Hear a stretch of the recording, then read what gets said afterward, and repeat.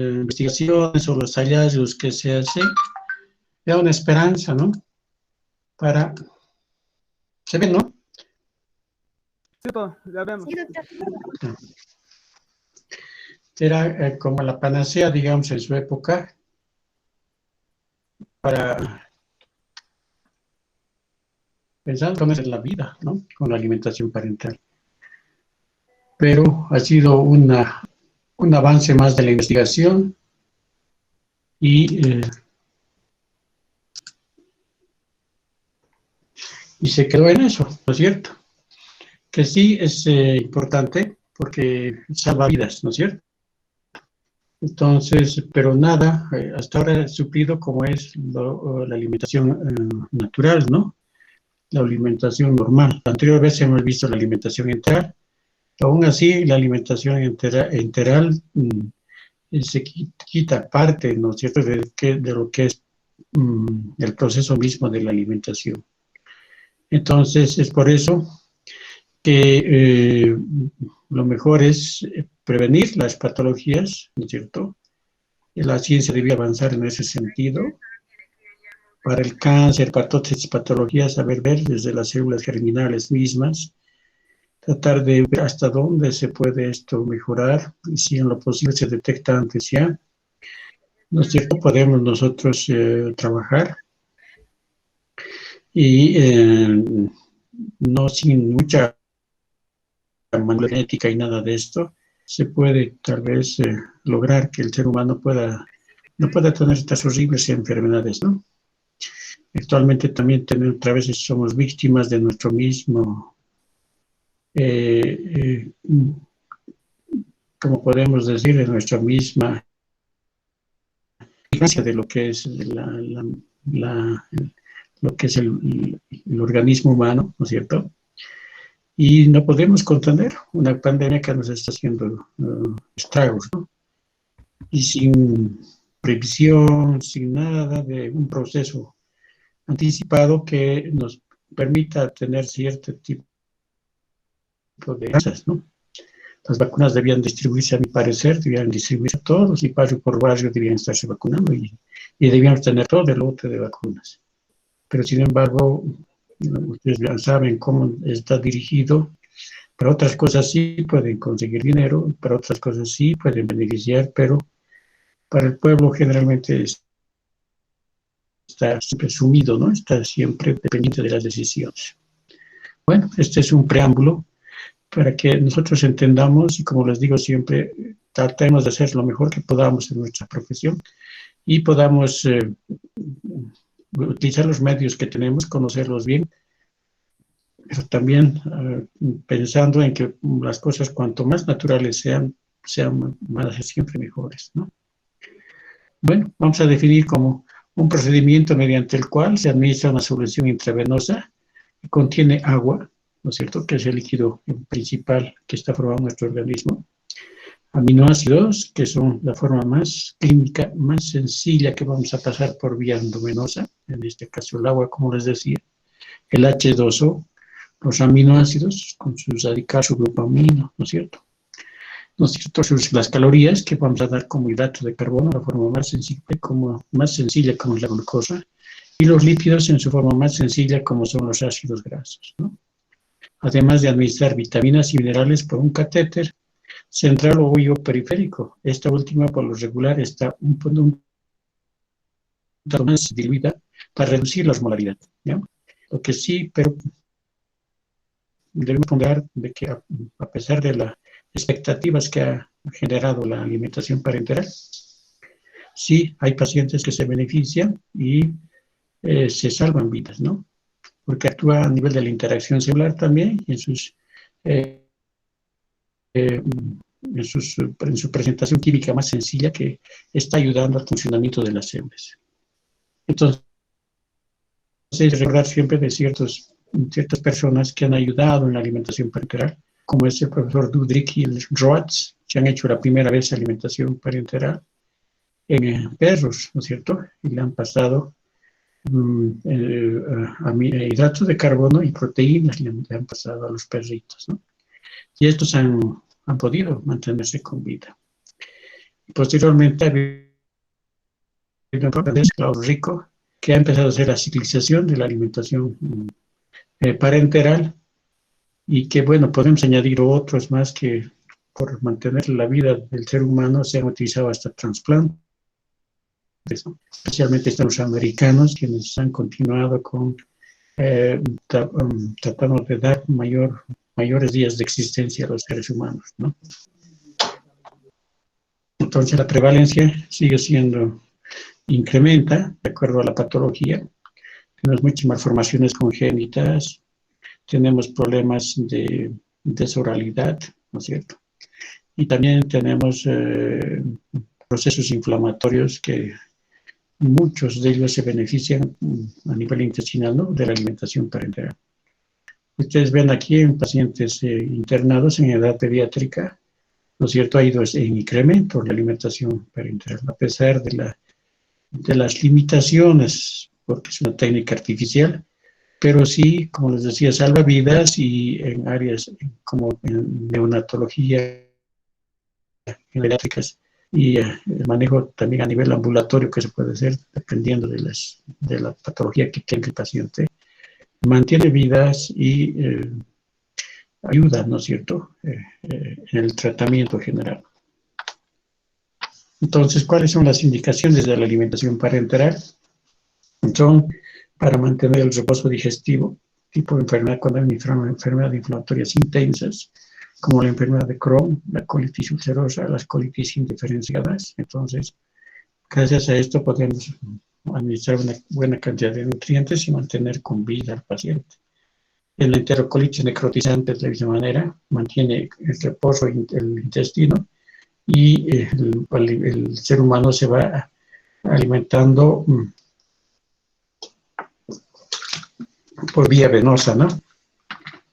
Entonces, además de la linfectasia intestinal, la pancreatitis aguda, hipersecreción gástrica, enfermedad de Henoch-Lönn, ¿no es cierto?, la periarteritis, enteritis por radiación, están entre sus indicaciones, ¿no? Además de patologías digestivas neonatales congénitas o adquiridas, como los gastrosquisis, ¿no es cierto?, casi evisceración completa a través de la pared abdominal, por falta de cierre de la pared misma al nacimiento, o el omphalocele, que es justo al lado del ombligo, más bien, que se sale una parte de las piedras. En caso de hilio o obstrucción meconial, resección extensa del intestino, en enterocolitis necrotizante también en edades posteriores, enfermedad de Hirschsprung, por anomalías, ¿no?, en la inserción, en la inervación de los plexos y la alteración de los plexos de Meitner-Auerbach, ¿no es cierto?, síndrome de pseudoobstrucción intestinal crónica, el bajo peso al nacer, prácticamente los niños que nacen con menos de 1.500 gramos, si se les atiende de la mejor manera y se hace sus cálculos, son niños de 600, 500 gramos que logran mantenerse con vida, y en los países más desarrollados que el nuestro, esto resulta ser frecuente, ¿no? Y tiene mucho valor el niño. En cambio, en nuestra población no es tan así, ¿no? Parecería que fuera la inversa, más bien. Cuando hay insuficiencia intestinal, enterocolitis necrotizante, enfermedades metabólicas como la enfermedad hepática terminal, errores congénitos del metabolismo, la fibrosis quística, ¿no? Y también en las áreas de hematología y oncología nos sirve cuando tenemos problemas de falta de buena tolerancia, cuando son pacientes que reciben radioterapia o quimioterapia, neoblastomas, ¿no es cierto?, las mismas leucemias, ¿no es cierto?, injertos de médula ósea, etcétera, que se benefician de la alimentación parenteral, ¿no? Cuando nosotros ya hemos agotado la alimentación parenteral, especialmente visceral, insuficiencia hepática aguda, insuficiencia renal aguda, ¿no? Entonces son las indicaciones de la alimentación parenteral. Si vamos un poquito más detallando, aquí vamos a ver la fuente de hidrato de carbono químicamente mejor disponible, como es la glucosa, ¿no es cierto?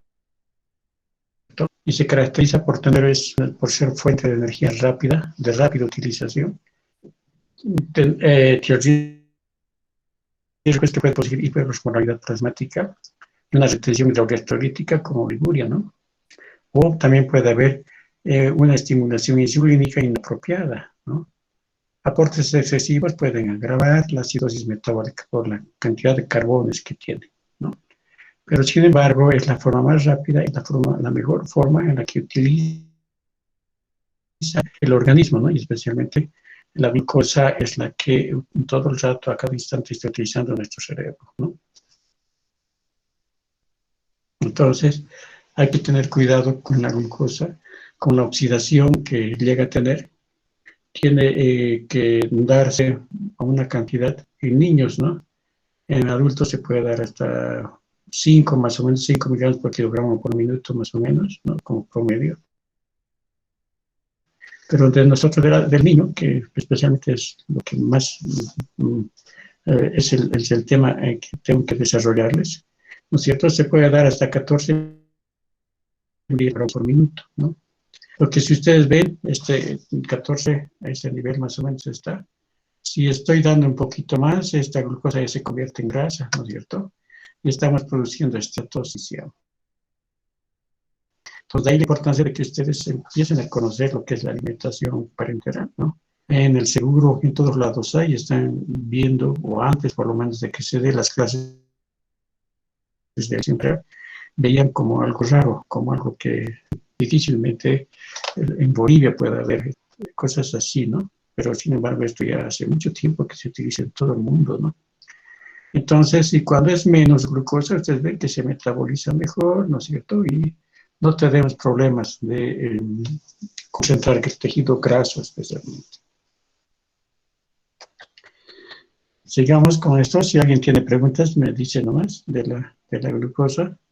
Pero estamos detallando lo que es la importancia de cada nutriente. Esto hemos hablado de los hidratos de carbono y el nutriente que más se utiliza es la glucosa, ¿no es cierto? Ahora puede utilizarse el silorsorbitol, pero es de lento metabolismo. Todos los estudios que se han hecho hasta ahora no cambian a la glucosa como fuente de energía, más importante. Después tenemos los lípidos, que les muestro aquí en la diapositiva.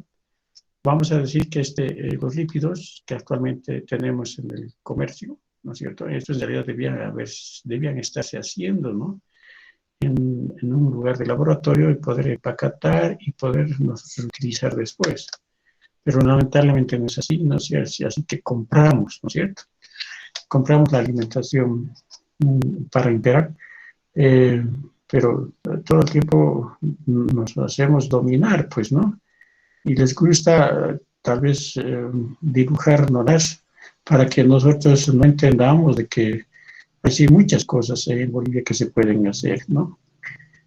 Y no lo hacemos solamente porque ya el mercado ha anulado toda la posible producción que podía haber habido, ¿no?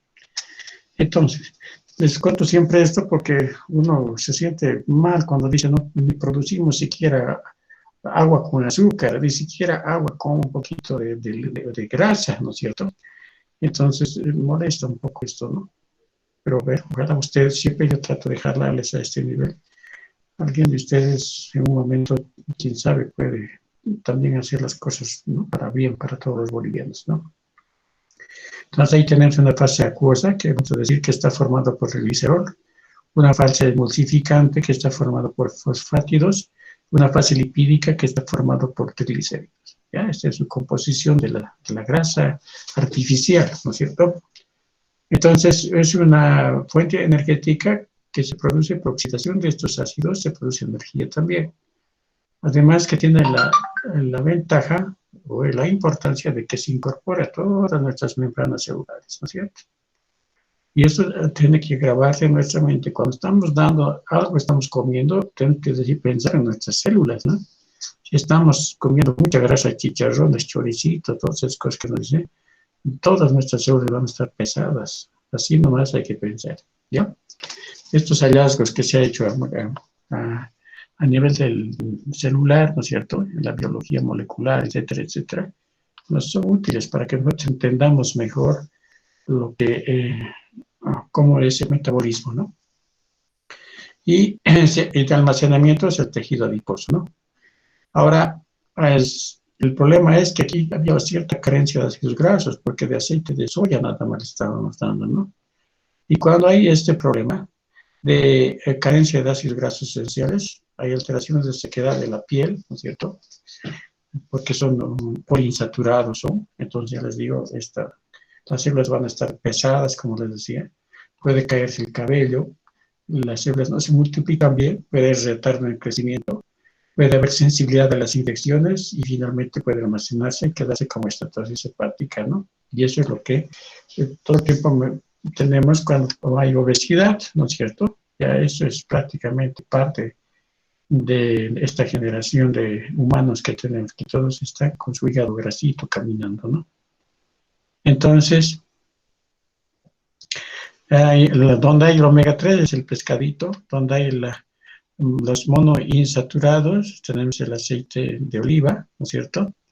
Los triglicéridos de cadena media vienen del coco, ¿no es cierto? Y los poliinsaturados, los omega 6 vienen en este caso de la soya, ¿no? Entonces vean ustedes, estas son las fuentes que se utilizan. Y nosotros tenemos todo, bueno, el pescado tal vez un poco nos falla, pero igual, ¿no? Se puede combinar, ¿no? Por los chilenos no tenemos nada de esas cosas. Claro que el pescado de agua dulce también tiene, ¿no? Su omega, pero es en menos cantidad que de agua salada, ¿no? Entonces, si comparamos una grasita que vamos a dar por vía endovenosa, es diferente a una grasa artificial, ¿no es cierto? En la grasa que es artificial, está formado por estos que se ven como pelitos, son triglicéridos y es como siletitas, ¿no es cierto? Son el colesterol, perdón, los fosfolípidos. Los de aquí abajo son los triglicéridos y estos como siletitas son el triglicéridos y fosfolípidos son los de aquí, lo que está rodeando como siletitas, ¿no? Los fosfolípidos, aquí está, fosfolípidos, ¿no? Y cuando ya entra a nuestro organismo, adquiere colesterol no esterificado, colesterol esterificado, adquiere esto, adquiere apoproteínas más, o sea que va adquiriendo, ¿no? Se hace más compleja esta molécula, ¿ya? Entonces, es así como va a entrar, ¿no es cierto? La principal fuente de ingreso son como triglicéridos, ¿no? Entonces, gracias a que tiene un grupo fosfato que hace que sea soluble, ¿no es cierto? Va a ingresar, ahí están los fosfatos, es la fase acuosa, ¿no? Que puede ingresar. Entonces, si seguimos viendo un poquito más esto, tenemos aquí los triglicéridos como estamos ingresando a nuestro organismo.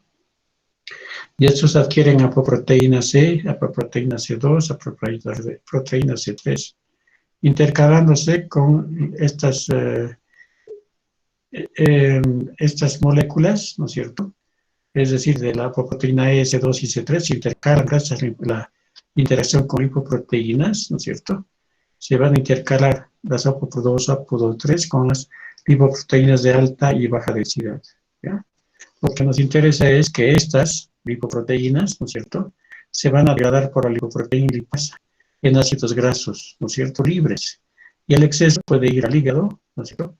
Y esta cosa es el hígado y los triglicéridos, ¿no es cierto?, que cuando hay exceso se va el hígado. Es por eso que se explica cuando se va mal la alimentación enteral, o parenteral, perdón, vamos a tener una estatosis hepática, ¿ya? Entonces, dentro de las grasas hay ciertas características que hay que considerar. Aquí tenemos la de cadena larga y la de cadena media. Las de cadena larga, para poder entrar dentro de la célula y formar acetilcoenzima A, ¿no es cierto?, por beta oxidación, ¿no es cierto?, necesita de esta enzima que se llama la carnitina palmitiltransferasa, ¿no es cierto? Entonces necesita de esta enzima. Y recién se utiliza como, por beta oxidación después se utiliza como energía. Pero en cambio los triglicéridos de cadena media, ¿no es cierto? Entonces, estos son los que ingresan directamente sin necesidad de esta enzima, ¿no es cierto? Es por eso que es importante a los de cadena media que vienen del coco, ¿no es cierto? Entonces el aceite de coco. Esos son los que ingresan directamente. Entonces esto hay que aprovechar cuando nosotros tenemos que utilizar alimentación parenteral. Ahí están cómo entra la célula humana, ¿no es cierto? Y ahí está la capa, la pared celular, ¿no es cierto? Que de acuerdo a lo que nosotros estamos administrando, las grasas van a entrar fácilmente. Y las que dejan entrar bien son los omega 3, ¿no es cierto? Y omega 6 que tendría que estar un poco más bajito. Si un poquito más nos centramos, estos omega 6 están más juntos, ¿no es cierto? Y estos omega 3 hacen aperturas, ¿no? Es como una ventanita, ¿no? ¿Ya? Entonces, esta relación de omega 6 y omega 3 hay que tratar de mantener siempre.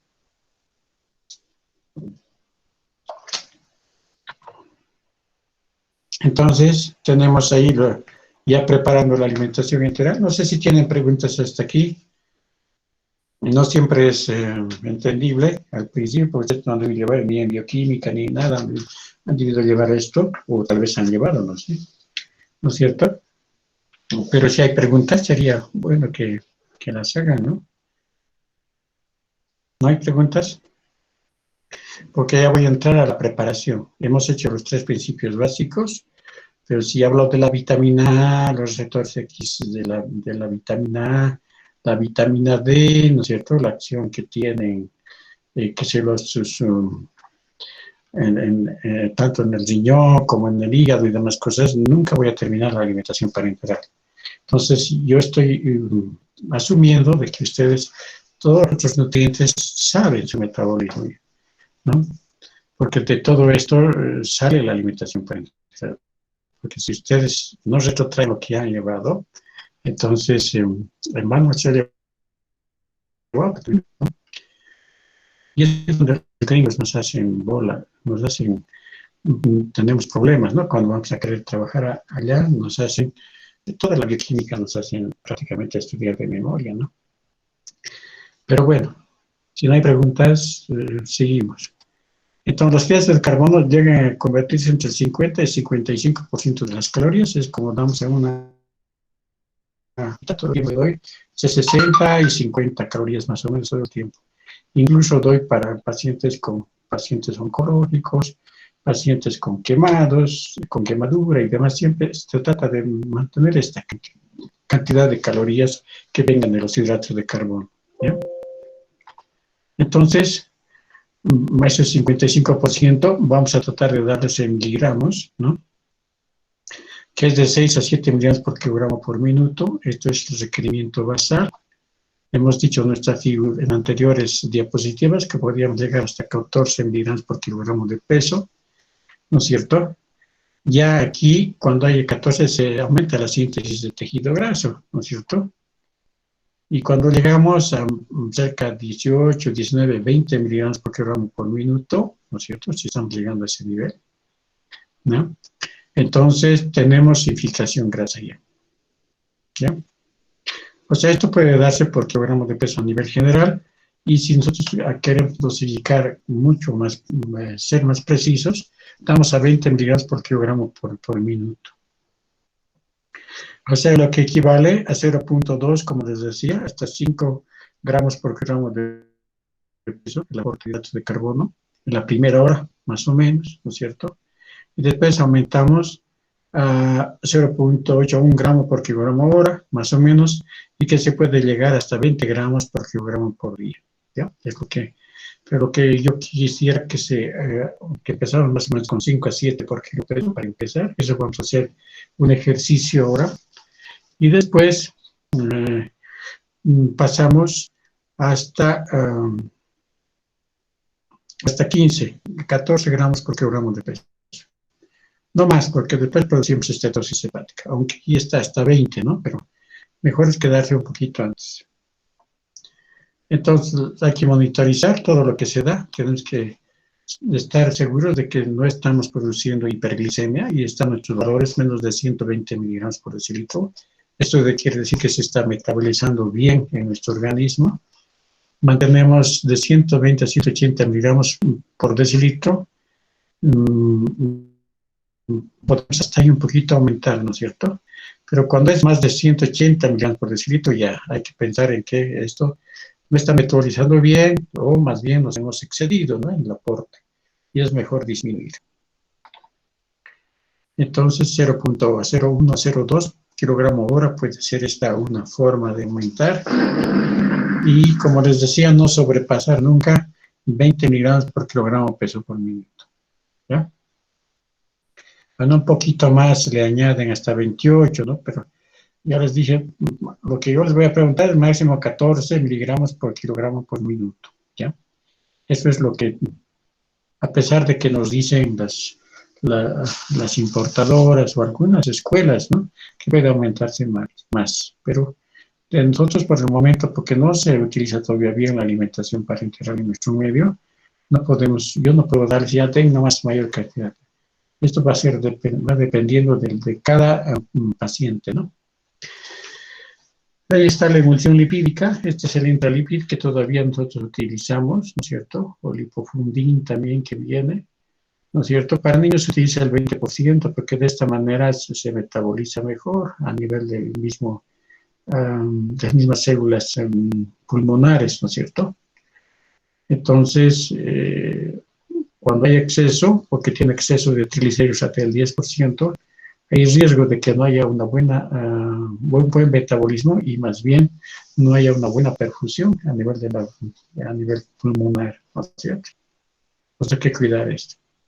Ahora esto ha cambiado, ahora porque nosotros tenemos que tratar de utilizar más esta lipid, que no sé cuándo llegará a nuestro medio, como somos, yo creo que el último país, uno de los últimos países del mundo debemos ser, ¿no es cierto? Entonces, ellos ya han empezado a administrar en el norte estas fórmulas que se llaman smooth-lípidos, ¿no es cierto? Entonces, este está formado por aceite de soya, estos triglicéridos de cadena media, aceite de coco, ¿no es cierto? El aceite de oliva, el monoinsaturado, y el F son los de fish, ¿no? El aceite omega 3 o aceite de pescado, ¿ya? Entonces, cuidando las membranas celulares especialmente para que haya un mejor metabolismo. Ahí está, lo que les decía, el aceite de soya 30%, los triglicéridos de cadena media o el aceite de coco un 30% también, el aceite de oliva 25% y el aceite de pescado 15%. ¿Ya? Entonces, otra vez aquí tenemos que repasar, hemos hablado en la alimentación enteral, hemos hablado en la inmunidad y nutrición, y ahora en la alimentación parenteral también, ¿no es cierto? El aceite de pescado tiene más cantidad de ácidos grasos docosahexaenoico y eicosapentaenoico, ¿no es cierto? Son mayor cantidad de EPA y DHA. Y esto repercute en el funcionamiento de nuestras células a nivel general, ¿no? Produce baja inflamación, tiene mayor actividad antioxidante, el omega 3, ¿no es cierto? Tiene menos fitoesteroles y aumenta el flujo biliar, o sea que dejamos que el hígado esté funcionando de alguna manera, ¿no es cierto? Porque no se olvide que la alimentación parenteral, si es total, no estamos utilizando el eje gastrointestinal, entonces ese hígado no está funcionando bien, ¿no? Entonces, y para aumentar su flujo y que funcione por lo menos cercano a lo que debe ser, es bueno utilizar el aceite de pescado, ¿ya? En cambio, el aceite vegetal, o es el omega 6, ¿no es cierto?, tiene más poderes de que promueven más bien la inflamación, son menos antioxidantes, tiene mayor cantidad de fitoesteroles y baja el flujo de bilis, o sea que hay la posibilidad de que esto se estanque, ¿no? Y provoque incluso la formación de cálculos, ¿no es cierto? Y la cetosis hepática, como se dice, ¿no? Entonces ya hemos visto, tenemos la glucosa como una parte, si vamos en exceso nos va a dar más grasa, si no damos una mala grasa también vamos a estancar el funcionamiento hepático, ¿no? Disminuyendo el flujo de bilis, ¿no es cierto?, y aumentando los fitoesteroles. Entonces, ahí sí se desestabiliza la emulsión, entonces es una emulsión normal. Uno mueve un poquito y bien, todo está disperso. Después pasa de la fase de una separación ahí, hasta la fase de crema más o menos, se puede, cuando ustedes dejan la leche, por ejemplo, un poco decantar, se ve algo de esto, ¿no? Entonces, ustedes mueven y se normaliza, ¿no? Pero cuando no está bien la alimentación, hay una fase de agregación de las partículas, o sea, las grasas se están queriendo hacer acúmulo, ¿no? Entonces, después hay una coalescencia, se cobran más grumos, ¿no es cierto? Y después se rompe la emulsión, ¿no es cierto? Hasta la fase esta de crema, que si nosotros movemos y se dispersa homogéneamente, es posible nomás hacer la alimentación parenteral sin problema. Pero cuando se está agregando, ¿no es cierto? Cuando ya se está agregando, cuando ya está mayores grumos se están volviendo, hay una ruptura de la emulsión, ¿ya?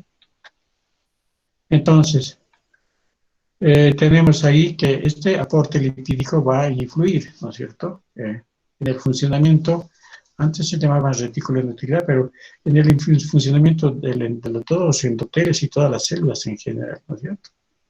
Va a tener un efecto adverso sobre la capacidad de difusión del oxígeno en los mismos pulmones.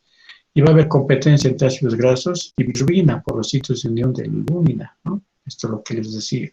Si estamos dando mucha cantidad de ácidos grasos, entonces esto va a ser perjudicial, ¿no es cierto?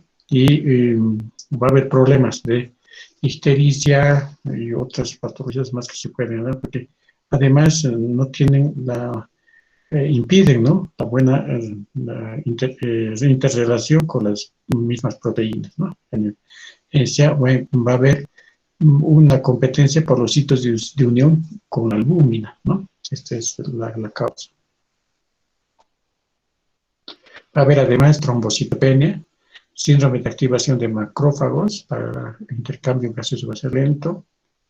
Se debe reducir los lípidos cuando hay sepsis. Es un gran problema si nosotros estamos dando lípidos. Tenemos un paciente que está muy infectado, ¿no es cierto? Entonces puede haber alteraciones a nivel del mismo funcionamiento pulmonar, puede haber trombocitopenia, hiperbilirrubinemia, ¿no es cierto? Si los triglicéridos son menos de 100 miligramos por decilitro, se puede añadir pequeña cantidad de ácidos grasos esenciales, ¿no? Se puede añadir un poco. Entonces, si nosotros hacemos ahora el aporte de lípidos, empezamos con 0.5 gramos por kilogramo por día, podemos incrementar hasta 0.5 y la dosis máxima es de 3 gramos por kilogramo por día. Y hay que medir la cantidad de triglicéridos que tiene, ¿no?, en nuestro organismo, ¿no? Entonces, si es menos 150, se puede añadir un poquito más, se puede aumentar, dependiendo del paciente cómo está respondiendo. Y de 100 a 200 miligramos disminuir o atrasar el aporte. Y más de 200, entonces prácticamente de quitar, ¿no? Porque ya vamos a provocar una falla a nivel de todo de nuestra estructura, vamos a producir falla de todo el retículo endotelial en general, ¿no es cierto? Bien. Entonces, en la estabilidad de la emisión lipídica repercute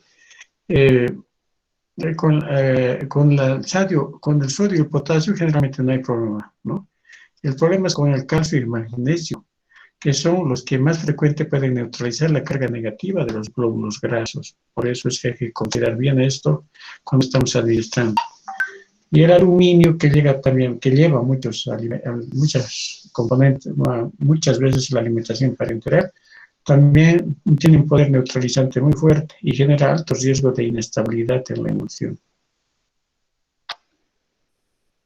Entonces el pH tiene que ser una forma de control de la alimentación parenteral. Cuanto más alcalino sea, mucho mejor, ¿no es cierto? Entonces, un pH, lo que se mantenga que sea alrededor de 6.0, ¿no? Un pH bajo disminuye la estabilidad, ¿no es cierto?, por bajar el potencial superficial del glóbulo graso.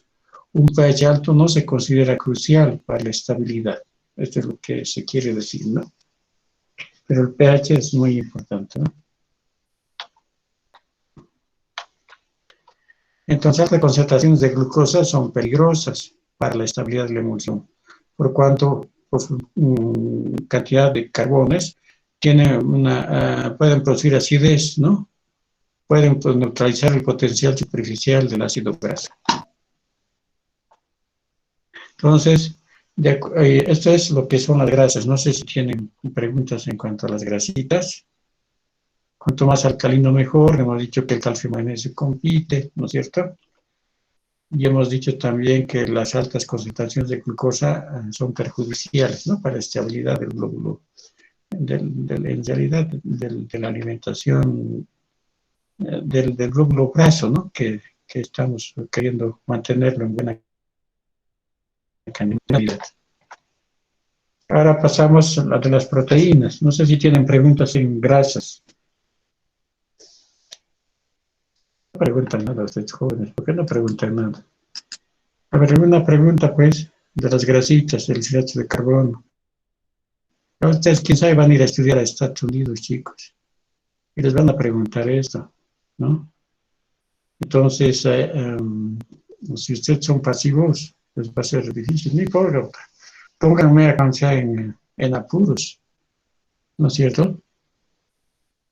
No hay preguntas. Sandrita, meterle una pregunta. Sandra Vázquez. ¿Nada? Nadie quiere hablar, calladitos están.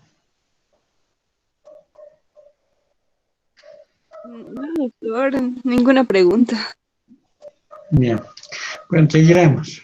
Si están deprimidos, tampoco puedo hacer mucho por la depresión, ¿no? Entonces pasamos a los aminos, a las proteínas, ¿no? Las proteínas también están formadas por grupos amino, ¿no es cierto? Están formados por un átomo de hidrógeno, grupo tiene un radical y un grupo carboxilo también, ¿no es cierto? Entonces, la alimentación y toda la alimentación en general tiene la bondad de entrar a nivel de la genética, ¿no es cierto? Entonces, cuando uno está hablando de esto, pero entonces, si siguen las patologías y hay problemas, es que hay otras cosas más dentro de las células, ¿no es cierto? Pues hemos visto la parte celular, hemos visto la parte atómica primero, celular, después hemos visto la parte genética y ahora hay algo más aquí, ¿no es cierto? Entonces, tarea para la casa, para que ustedes vayan descubriendo algo más y por qué, a pesar de haber aportado buena cantidad de medicamentos, a pesar de haber tratado incluso nutricionalmente, hay algo todavía que no funciona bien, ¿ya? Entonces, hay que tratar de descubrir todo eso. Entonces, ¿por qué vamos a dar las proteínas? Porque son los ladrillos de o sea, son nuestras células, ¿no? La formación, la multiplicación de nuestras mismas células es esto, ¿no es cierto? Entonces, estos los vamos a clasificar, su composición de las proteínas está formada por aminoácidos, ¿no es cierto? Los vamos a clasificar en esenciales y en semiesenciales. Los de cadena ramificada, ¿no es cierto? Son un tipo como la isoleucina, la valina, ¿no es cierto? Los aminoácidos aromáticos como la fenilalanina, la tirosina. Los aminoácidos azufrados como la metionina, cisteína, taurina. Otros aminoácidos como la treonina, la lisina, la histinina, el triptófano, ¿no es cierto? Estos son, entre otro tipo de aminoácidos. Entre los dicarboxílicos está el aspartico y el glutámico. Y los que intervienen en la ciclo de la urea está la ornitina, la citrulina, la ginina. Y otros esenciales son la prolina, la glicina, la serina, la alanina, ¿no? Hay una fórmula que ha hecho Fischer, que es F080, que mantiene una buena relación de todos los aminoácidos con los aminoácidos de cadena ramificada, ¿no es cierto? ¿Ya?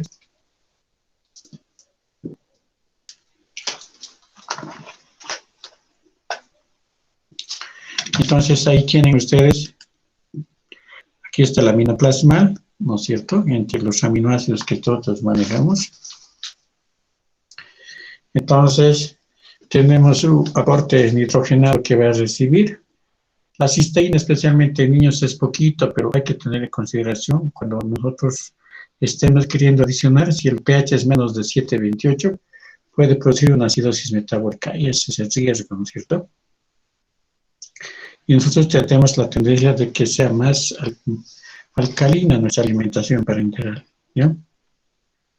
Entonces, los aminoácidos para insuficiencia hepática se deben usar cuando existe y se da hiperamionemia, ¿no es cierto? Entonces, esto es importante considerar. Después tenemos, en caso de insuficiencia renal, los aminoácidos se usarán con precaución, dependiendo de la amionemia, electrolitos y el equilibrio citosol. No sobrepasando 1 gramo por kilogramo por día, ¿no es cierto? No podemos dar más. Ahora, esto especialmente es en adultos, ¿no? 1 gramo por kilogramo por día. En niños podemos dar hasta 3, pero mejor si nos limitamos también igual a 1 gramo por kilogramo peso por día, ¿ya? Ahora, de aquí, ¿cuáles son los aminoácidos que nos pueden producir hiperamionemia? ¿Alguien sabe de ustedes, chicos?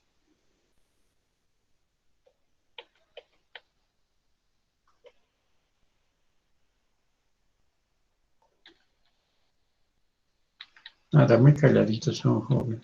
Fenilalanina. La fenilalanina. ¿Y qué más? Tirosina.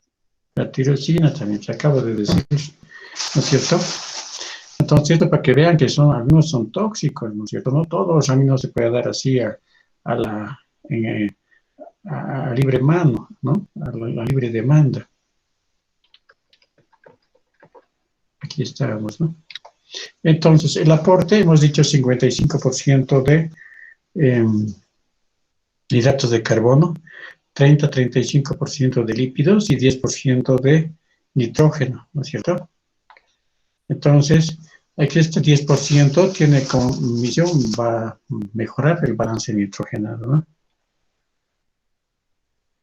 Entonces, la dosis se empieza a 0.5, igual que los lípidos, para que se acuerden, ¿ya? Incrementar 0.5 gramos por kilogramo por día y entre 1 y 2.5 gramos de aminoácidos por kilogramo por día hay que tratar de mantener. Se puede llegar, pero hasta 3 gramos, ¿no es cierto? Y esto, si llega mucho, entonces tenemos problema de producir hiperamionemia, ¿no es cierto? Y hay que tratar de mantener 1 gramo de nitrógeno por 100 a 150 calorías no proteicas. Esto es lo que hay que tratar de mantener. Bueno, los ejercicios que nosotros les damos, no damos mucho, no les pedimos mucho esto, pero quién sabe puede entrar ahora como pregunta de examen, porque ya ustedes tienen que avesarse a entender mejor el metabolismo, ¿no?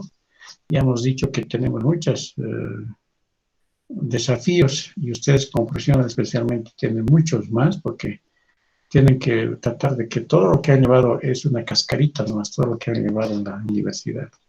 Y cuando ya estén haciendo su especialidad o qué sé yo, estén en otro nivel, ustedes van a ir descubriendo cosas que son de mucho más interés y más profundas, ¿no?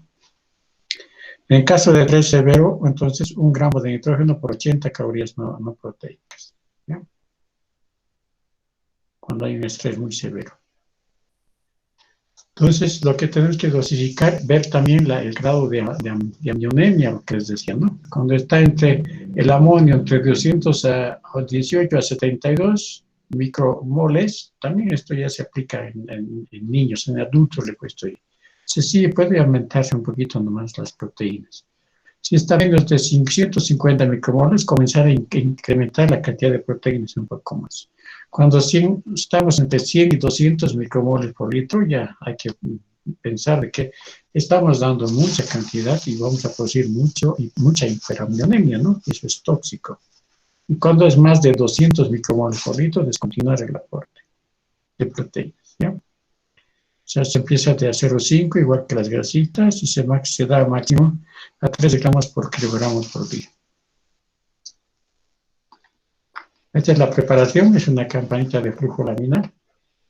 Bueno, cuando doy en práctica un poco más explicado les doy, pero ahora en teoría no puedo mucho tiempo, ¿no? Utilizar para dar los videos y todo esto, ¿ya? Entonces, esta es la campana de flujo laminar, que se pone una meteorita y con rayos ultravioleta eliminamos, ¿no? Descontaminamos la campana de flujo laminar. Después utilizamos el blower, ¿no es cierto? Y empieza a entrar una cantidad de airecita, ¿no es cierto? Y trata de mantener suspendidas las partículas, ¿no es cierto? De manera que no se contamine la alimentación. En este caso se está preparando alimentación para varios pacientes, ¿no? Y tiene que tratar de tener la máxima asepsia y antisepsia, ¿no? Hay muchos que, le voy a poner un poquito de alcohol y le prendo un poco de fuego y preparo como hacían en el siglo XVIII, ¿no? Ahora tenemos técnicas e instrumentos y aparatos que nos pueden ayudar a hacer mejor nuestro trabajo, ¿no? Estas son las vías de acceso de la alimentación enteral, ¿no es cierto? Tenemos la vía periférica, que es temporal, ¿no es cierto? Tenemos la vía subclavia también, que por ahí se puede acceder por más tiempo, ¿no? Se puede realizar. La yugular interna igual. La femoral en casos extremos, porque hay el riesgo de que se formen trombos. Y en un momento, en pacientes más de 5 años, se aconseja, si es que el niño va a recibir alimentación, tiene una enfermedad genética que no puede controlar, puede ser una inflamación crónica, como la enfermedad de Crohn, por ejemplo, ¿no es cierto? Entonces se mantiene con una arteria, se hace una fístula entre arteria radial y vena radial, y con esto se mantiene largo tiempo, al igual que la arteria humeral con la vena basílica. ¿Ya? Entonces aquí están las diversas formas. Esta que hemos utilizado, sonda nasogástrica o vía oral, ya hemos llevado, ¿no es cierto? Y otras fuentes de ingreso, ¿no es cierto? Puede ser nasovenal, una gastrostomía, una yeyunostomía, una naso-yeyunostomía también puede ser, ¿no? Y otra que es nutrición parenteral total, y esta es la nutrición parenteral periférica parcial, ¿no? Solamente por un vasito, puede ser por la vena femoral, ¿no es cierto?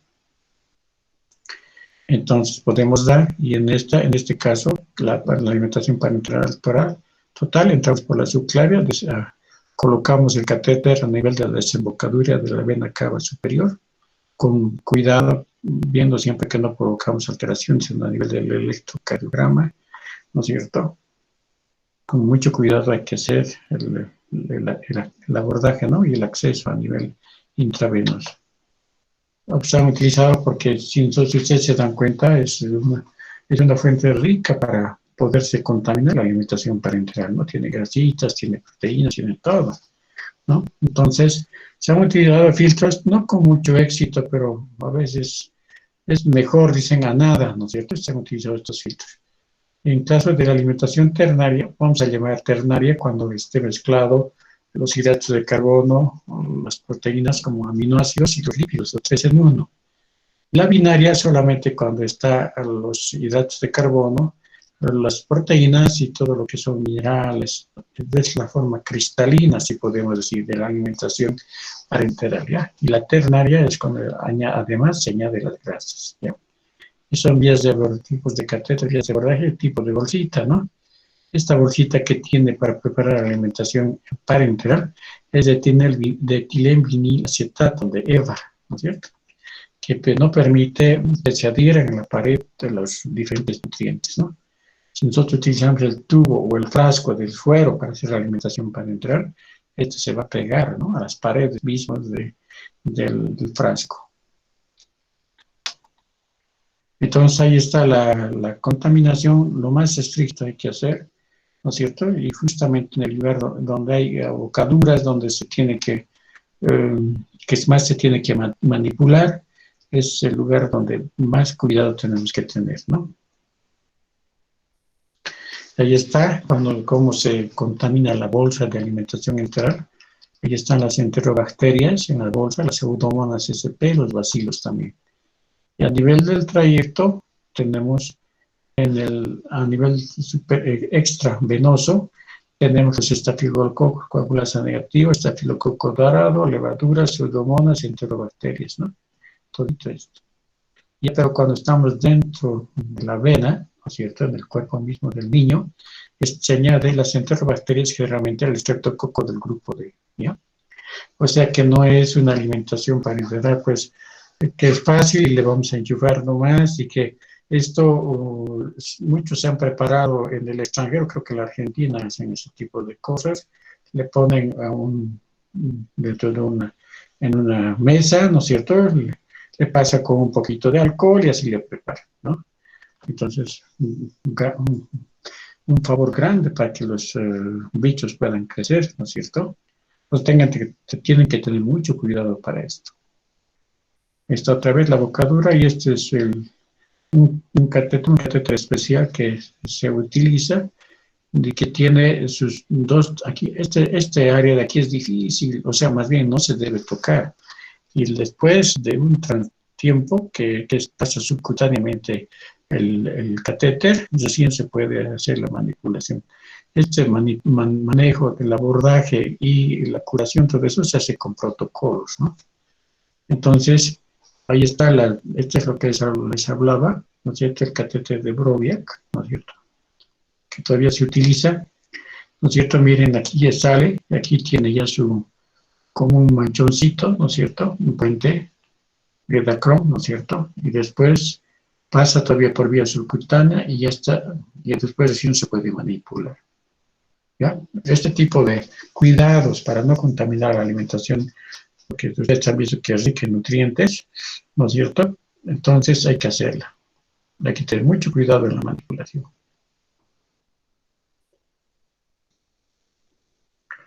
Entonces, se hacen palieres para la alimentación parenteral, para empezar. Se empieza con dosis bajitas, se va subiendo, se sube y se hace mantenimiento, ¿no? Ahora hay gente que está viendo la alimentación parenteral, ¿no es cierto? Y bruscamente la corta, ¿no es cierto? Cuando la insulina está alta, ¿no es cierto? Todo el metabolismo está funcionando a nivel alto. Y este paciente puede hacer hipoglicemia, ¿no? Y puede haber un síndrome de alimentación también, ¿no? Entonces, esto hay que controlar. Tiene que ser de a poco la subida y cuando estemos desconectando también en forma progresiva la retirada. Lo que les decía, que nos podemos exagerar en la alimentación integral, puede haber el síndrome de realimentación, caracterizado por hipofosfatemia, hipocalcemia, ¿no es cierto? Hipofosforemia, hipomagnesemia, ¿no es cierto? Esas son el síndrome de alimentación que se puede producir si nosotros damos sin control, ¿no es cierto?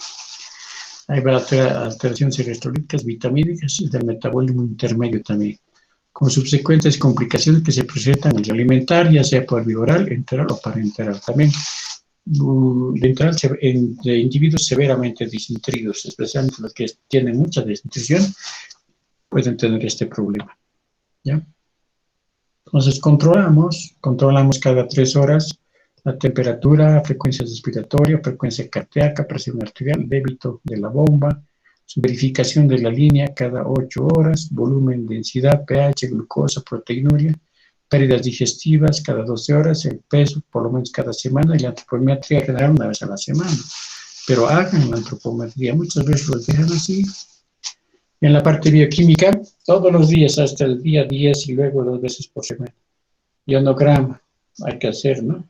Examen de sangre, de orina, ¿no es cierto? Después progresivamente, ¿no? Ionograma. Calcemia, magnesemia, hematocrito, proteinemia también podemos medir cada 2 semanas. Plaquetas, numeración de fórmula sanguínea, hemostasia, que ve tiempo de protrombina, transaminasas, bilirrubinas. No se olviden que estamos en hígado, ¿no? Y puede haber hasta alteraciones de coagulación en un momento, o esteatosis hepática, que más que otra cosa, ¿no? La fosfatasa alcalina, el calcio también hay que medir, el fosfato también hay que medir, cuidando este síndrome de alimentación enteral especialmente. Entonces no está exenta de peligros la alimentación parenteral. Cuando hay ausencia de nutrientes, puede haber, hasta más bien, no hay buen metabolismo, ¿no? Pero y no funciona bien todo el tracto intestinal. Esto es lo que es necesario considerar.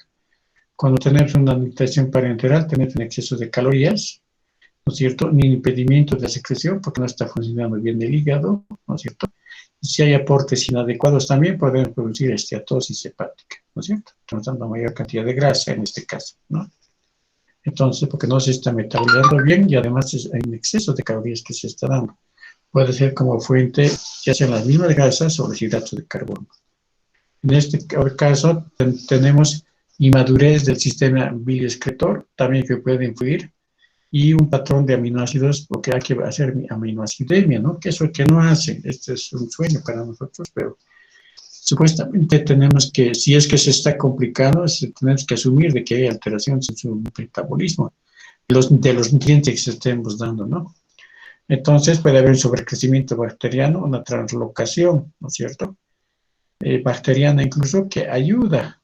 No se olviden que todo el intestino está permeable, no está funcionando, ¿no? Entonces, las bacterias que normalmente tenemos, esto puede pasarse, ¿no es cierto? A nivel de todos los vasos en un momento, ¿no es cierto? Entonces, pero más que esto, hay un estancamiento a nivel del flujo biliar y el sobrecrecimiento es en todas las vías mismas biliares, ¿no es cierto? Además que no está secretando bien la bilis, porque por esto le estoy diciendo, contra el se forma un vaso biliar, alteración de la secreción biliar, ¿no es cierto? Y también si estamos dando sobrecarga de lípidos, vamos a producir colestasis. O sea, no solo colestasis a nivel de vías biliares, también a nivel hepático, esteatosis. Y la formación de vaso biliar. ¿Ya? Eso. Entonces, tenemos que tener mucho cuidado porque es un procedimiento un poquito engorroso, ¿no es cierto? De mucho cuidado. Es eso lo que hay que ponerse en la mente, ¿no? Porque si estamos a la ligera, estamos haciendo las cosas, también nos va a ir a la ligera, se va a ir también nuestro paciente, ¿no? Entonces, hay complicaciones mecánicas, podemos dañar el pulmón, incluso podemos dañar los vasos linfáticos, ¿no es cierto? Algunos vasos sanguíneos incluso, ¿no es cierto? Y podemos producir neumotórax, hidrotórax, hemotórax, kilotórax. Al abordaje nomás podemos producir si hacemos en forma muy informal, ¿no? Entonces puede haber hipoglicemia, puede haber hiperglicemia, es mucho más frecuente en estos pacientes que hagan este tipo de patologías. Hiperamionemia, hemos dicho, y acidosis que puede haber, ¿no? Además que puede haber sobrecarga de lípidos. Y esto se caracteriza por fiebre, dolor abdominal, anemia, trombopenia. Ustedes ven, todos los vasos están funcionando mal, hay destrucción, ¿no? De los mismos glóbulos rojos, ¿no es cierto? Hepatoesplenomegalia puede haber, llegando hasta una coagulación intravascular diseminada, ¿no es cierto? Esto es lo que hemos dicho a nivel del sistema reticulo endotelial, hemos dicho, ¿no? Pero aquí se caracteriza especialmente por el exceso de grasa que estamos produciendo un proceso inflamatorio, estamos influyendo a ese nivel. Además de que puede haber una trombopenia, ¿no es cierto? Puede haber alteración en el metabolismo de las bilirrubinas, ¿no es cierto? Puede haber ictericia y puede agrandarse tanto el hígado como el vaso, ¿no? Y producir coagulación intravascular diseminada. Otro problema que tenemos es la baja de sodio, el aumento de potasio, la baja de potasio también, y puede haber un coma hiperosmolar, ¿no es cierto? Entonces hay que valorar la hipocalcemia, la hipofosfatemia, como hemos dicho, en el síndrome de alimentación, donde está la hipofosfatemia, hipocalcemia, hipomagnesemia, ¿no es cierto? Esto es lo que hay que vigilar, que no estemos provocando esto, ¿no? Y hay que evitar. Sobrecarga de oligoelementos hepatobiliares. Cuando hay mucho de esto, vamos a tener formación de cálculos, ¿no es cierto? Se va a estancar a nivel del hígado, se va a estancar a nivel de las vías biliares, y en un momento va a producir fibrosis hepática. Tenemos que sacar el hígado y tenemos que hacer trasplante, ¿no es cierto? Y en los países donde se utiliza por largo tiempo, están haciendo trasplante hepático, ¿ya? Entonces, además puede haber alteraciones óseas, osteopenia difusa, alteraciones del catéter, que puede ser obstrucciones o algunas infecciones relacionadas con esto. Todo esto hay que controlar, ¿ya? Entonces, no sé si tienen ahora otras preguntitas. Ustedes han visto cómo se puede complicar, ¿no es cierto? Por exceso de grasas, por exceso de un mal control de sodio, mal control de potasio, mal control de fósforo, mal control de calcio, del magnesio, ¿no es cierto? Entonces, todo esto tenemos que estar listos como para poder solucionar, ¿ya? Alteraciones de la coagulación y todo esto. ¿ya? Entonces, si eso también va a haber síndrome de sobrecarga de grasa, ¿no? Y con problemas de metabolismo a nivel de las bilirrubinas, de todo lo que se metaboliza a nivel hepático en general. No sé si tienen preguntas hasta aquí, jóvenes, porque debía haber, ¿no? Harta pregunta. ¿Hay preguntas? Doctor, ¿en qué pacientes utilizamos el catéter Exit? ¿En cualquier paciente o...? ¿El catéter de qué? ¿De Broviac? ¿De Sí, qué? doctor. ¿Hay otro catéter que están utilizando en sus hospitales? No, no sabía.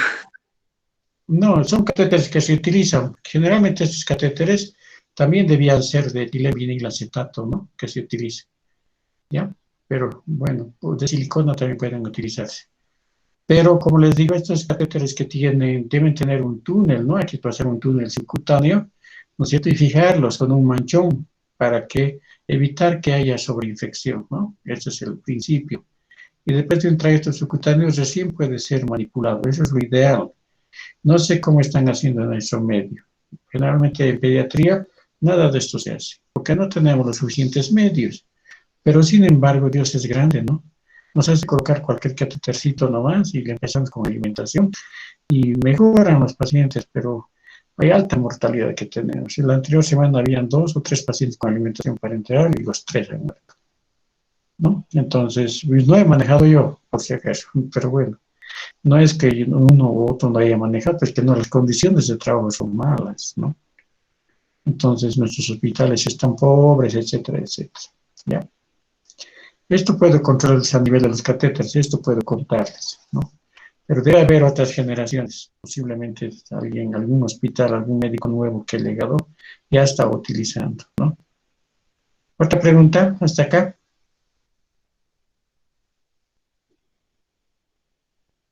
Sí, sí, sí, dígame. ¿Hay alguien que quiere decir?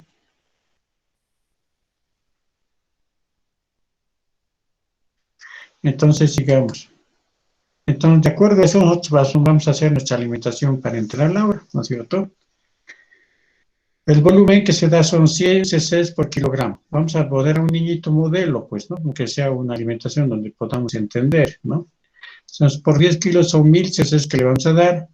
Y si nosotros calculamos por calorías, también tiene que ser un cc, una caloría, ¿no? O sea, 100 cc y 100 calorías tendríamos que dar.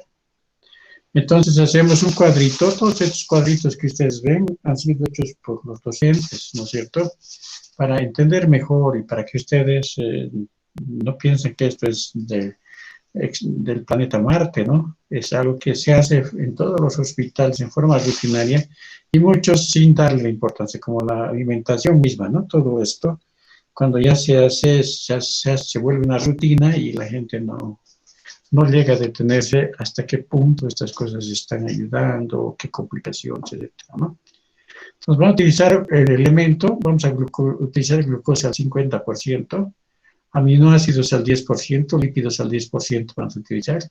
Una ampollita de sodio que tenga 35 miliequivalentes por cada 10 cc, potasio que tenga 27 miliequivalentes por cada 10 cc, al 20% que viene, el magnesio que venga al 10%, el calcio que venga al 10%, también hay que decir 10 gramos por cada 100, quiere decir, ¿no? Y vitaminas, de acuerdo a lo que vemos, y el calcio, ¿no? Que, bueno, depende de 500 miligramos, tienen diferentes presentaciones, ¿no? Los oligoelementos que también ya están llegando, o siempre ha habido, ¿no? Pero es necesario utilizar. Entonces, ven, estos son los elementos. Aquí vamos a poner la cantidad por kilo peso, aquí vamos a hacer su total en gramitos, vamos a poner su volumen y vamos a poner sus calorías, ¿ya? Entonces a este niño tiene de 10 añitos, le estoy dando, de 10 kilitos, perdón, ¿no? Le estoy dando 15 gramos. Ese viene el tope a 14, le dije, ¿no? Más o menos, bueno, estamos con 15. Les voy a dar al tope, porque si le empiezo a darles de a poquitito, entonces va a haber un problema de que nunca vamos a terminar, como la alimentación integral, ¿ya? Y algunos ya se están saliendo, pero bueno, eso es porque son tontitos, ¿no? Entonces, 15 gramos por kilo son 10, son 150 gramos. Si nosotros tenemos al 50 gramos de azúcar, porque es así, ya ustedes ya saben, azuquita con agua nomás. 50 gramos por cada 100 cc tenemos. 150 gramos, ¿cuántos cc eso nos dará? A ver, ¿qué quiere hacer el ejercicio? Entonces hacemos, por 100 cc son 50 gramos, ¿no es cierto? 50 gramos son 100 cc y 150 por 100 dividido entre 50, ¿cuánto será? 150 por 100 dividido entre 50. 300, doctor. 300.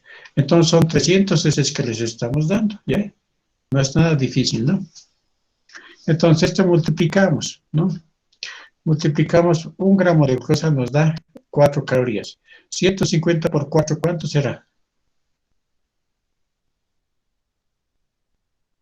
600. 600 calorías, ahí tenemos 600 calorías, ¿ve? La que está colaborando. ¿Quién es la que está, cuál es su nombre que está haciendo el cálculo? ¿Cuál es su nombre, niña? Dos las... Fuimos dos. Sí. ¿Ah? Fuimos dos, creo. No son. No escucho su nombre, dígame su nombre nomás, pues no hay problema, ¿no? Vania, doctor. Vania. También está Ya. la Gret. Ya, Vania. Sigamos entonces, ahora hace 3 gramitos vamos a dar ahora. Aminoácidos, proteínas, hemos dicho nuestro tope es 3 gramitos, ¿no es cierto? Los lípidos también 3 gramitos, ¿no? Entonces, 3 gramos por 10 son 30 gramitos, ¿no es cierto? Al 10% viene. Entonces, quiere decir que hay 10 por cada 100. Y en 30, ¿cuánto será? 30 por 100 dividido entre 10, ¿cuánto sería?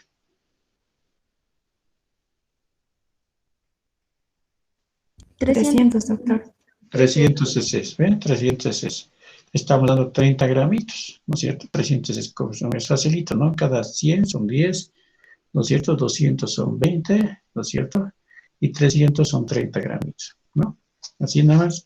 Ahora multiplicamos esto, 30 por 1 gramo de aminoácidos nos da 4 calorías, ¿no? 30 por 4, ¿cuánto nos da? 120, doctor. 120 calorías, ¿no? Ahí está. Ahora nos pasamos dentro de los macronutrientes a los lípidos. 3 gramitos por 10. ¿Cuánto es? 3 por 10 son 30. Entonces, el mismo principio, ¿no es cierto? Si en 10 hay 100 cc, en 30, ¿no es cierto? Va a ser X, va a ser 300 cc, ¿no? ¿Está bien? 30 gramitos y 300 cc. Sí, doctor. ¿Está bien, Baño? Y a 300. Entonces son 1 gramo de lípidos nos da 9 calorías, ¿no? 9 por 30 son 270 calorías, ¿no? Sí, 270. 270. Ya está ya entendido, ¿no? ¿Está bien? Ahora nos pasamos al sodio. El sodio tiene 35 mil equivalentes, hemos dicho, ¿no? Por cada 10 cc. A este niñito le vamos a dar 3 mil equivalentes. 3 por 10 son 30 mil equivalentes, ¿no? 30 mil equivalentes. Entonces, tenemos cuántos cc le vamos a dar. Si hay 35, hay por cada 10 cc, ¿no? En 10 cc hay 35, hay en cada 10 cc, 35 hay en 10. Y en 30, ¿cuánto era? 30 por 10 dividido entre 35, ¿cuánto sale? 8, doctor. 8 cc, ahí está, 8 cc, agüita estamos dando. El sodio tiene alta cantidad de calorías. ¿Falso o verdadero? Falso, doctor. Falso, ¿no es cierto? Ya. El potasio igual, hemos dicho 27 mil equivalentes por cada 10 cc. 3 por 10 son 30, ¿no es cierto? Entonces, en 10 cc, hay dicho 27 mil equivalentes hay en 10 cc. Y en 30, ¿cuánto será? 30 por 10. ¿Cuánto sale? 30 por 10, 300, doctor.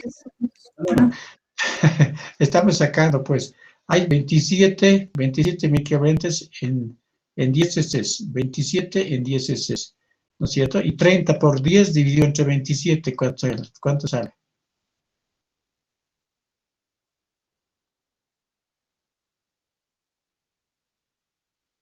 11. 11. 11.1. 11 justo. 11.1. 11 Lo redondeamos a 11. a 11, pero no, entonces no está tan bien hecho esto. 12 cc está. A ver, vamos a volver a hacer. Para 10 cc hay 27, ¿no? Para 27 para cada 10 cc hay 30 por 10 dividido entre 27.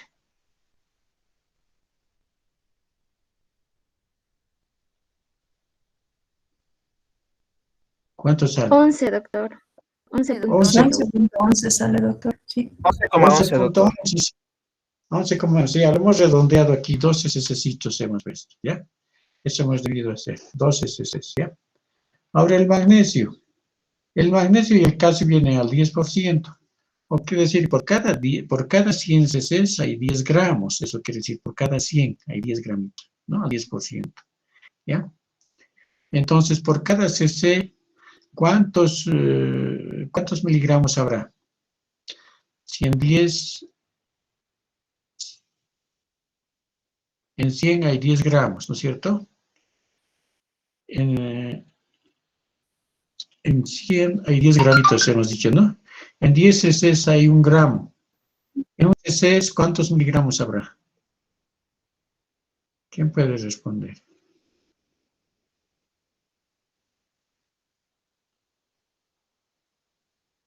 Al 10% es, ¿no? Porque es el calcio y el magnesio que se calcula así. Entonces, para cada 100 hay 10 gramos. En 1 cc, ¿cuánto va a haber? En 10 cc va a haber 1 gramo, ¿no? En 10 cc va a ser 1 gramo. Es decir, va a ser 1000 miligramos, ¿no es cierto? Y en un cc va a ser 100 miligramos, nada más, ¿no? ¿Han entendido, chicos, o no? A ver, Vania, ¿has entendido? Yo me he perdido, doctor, en esto. Dice en 100 Para 100 cc. son 10 gramitos, ¿no? Para 100 son 10 gramitos. En 10 cc hay 1 gramo, o sea, 1000 miligramos. En 10 cc. Y 1 gramito va a tener 100 miligramos, nada más, pues. ¿Ha entendido ahora? En 100 hay 10 gramos, ¿ve? En 100 cc, 10 gramitos. Y 1 gramito tiene 1000 miligramos, ¿no es cierto? Si en 100 hay 10 gramos, en 10 cc va a haber 1 gramo, es decir, 1000 miligramos. 1000 miligramos dividido entre 10, ¿a cuánto nos va a dar? Un cc? A 100 miligramos, ¿no es cierto? ¿Nada siempre, Vania? Sí, doctor, ya está 100. ¿Ya está? Sí, ya. Sí, 1000 dividido entre 10 va a dar 100 y en 100 hay 1 gramito, sí. No, en 10 hay 1 gramo. Y en 1 cc hay 100 miligramos, eso quiere decir. Ahora, en 100 hay 10 gramos, en 10 cc hay 1 gramo. Y en 1 cc hay 100 miligramos. Ahora, Vania, otra vez. En 100 hay 10 gramos, ¿no? En 10 hay 1 gramo, o sea, 1000. Y en un hito va a dar 100, ¿no? Sí, 100 por 10 sí, son 1000 miligramos. Ahora sí se entiende. Entonces, sí, a 7 por kilo peso, 7 son 70 miligramos. Si 100 cc es 1 cc, 100 miligramos es en 1 cc, en 70 miligramos va a ser 0.7 cc nada más, ¿ya? Y magnesio no hay nada. El calcio estoy dando a 100, si son 1000, aquí está justo, son 10 cc, miren, 1000 miligramos, 10 cc. ¿No es cierto? En 100 hemos dicho 10, en 10 cc va a haber miligramos y un cc 100 miligramitos, aquí hemos sacado 0,7, ¿no? Del magnesio. Y aquí son 10 cc nomás, pues, ¿no? Si son a 10, tenemos un gramito en cada 16 o 1000 miligramos en cada 10 cc, un cc vale 100. Y en este caso 10 cc va a ser 1000 miligramos, ¿no? Entonces no tiene nada de calorías. Y las vitaminas le vamos a dar 5 cc, 5 cc, 5 cc. Los oligoelementos le estamos dando 2 cc, 0.2 cc por kilo peso. Por 10 son 2 cc y su volumen es 2 cc. ¿Ya? A ver, sumen ahora.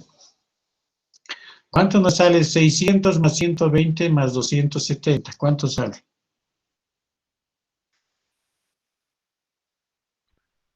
990. 990. Ahora tenemos que igualar un cc, una caloría, ¿no? 300 más 300 más 300. Aquí hay 900, ¿no? Más 20. 920. 920. Más 0,7. Más 0,7. Más 10. Más 5. Más 2. ¿Cuánto sale?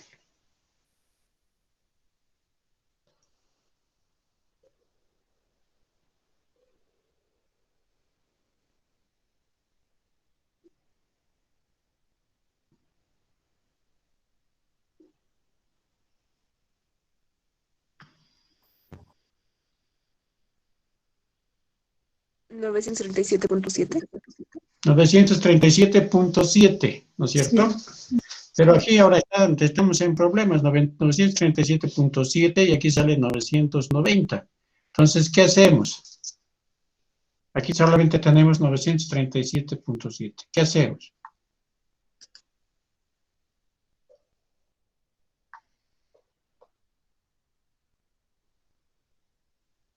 ¿Qué hacemos, chicos? Entonces aquí le aumentamos agüita, pues, ¿ya? ¿Cuánto sale? 937.7. Aquí le voy a aumentar para que ustedes tengan una...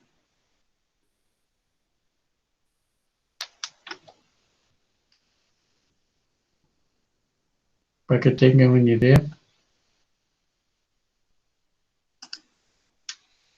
¿Se ve, no? Sí, doctor. Entonces le estoy aumentando 52.3 agüita, ¿ya? Y con esto ustedes van a ver que sale lo que han sumado más 52.3 sale 990. Y las calorías de aquí son 990. ¿Ya? ¿Está bien? Sí. Sí, doctor. ¿Se ha entendido?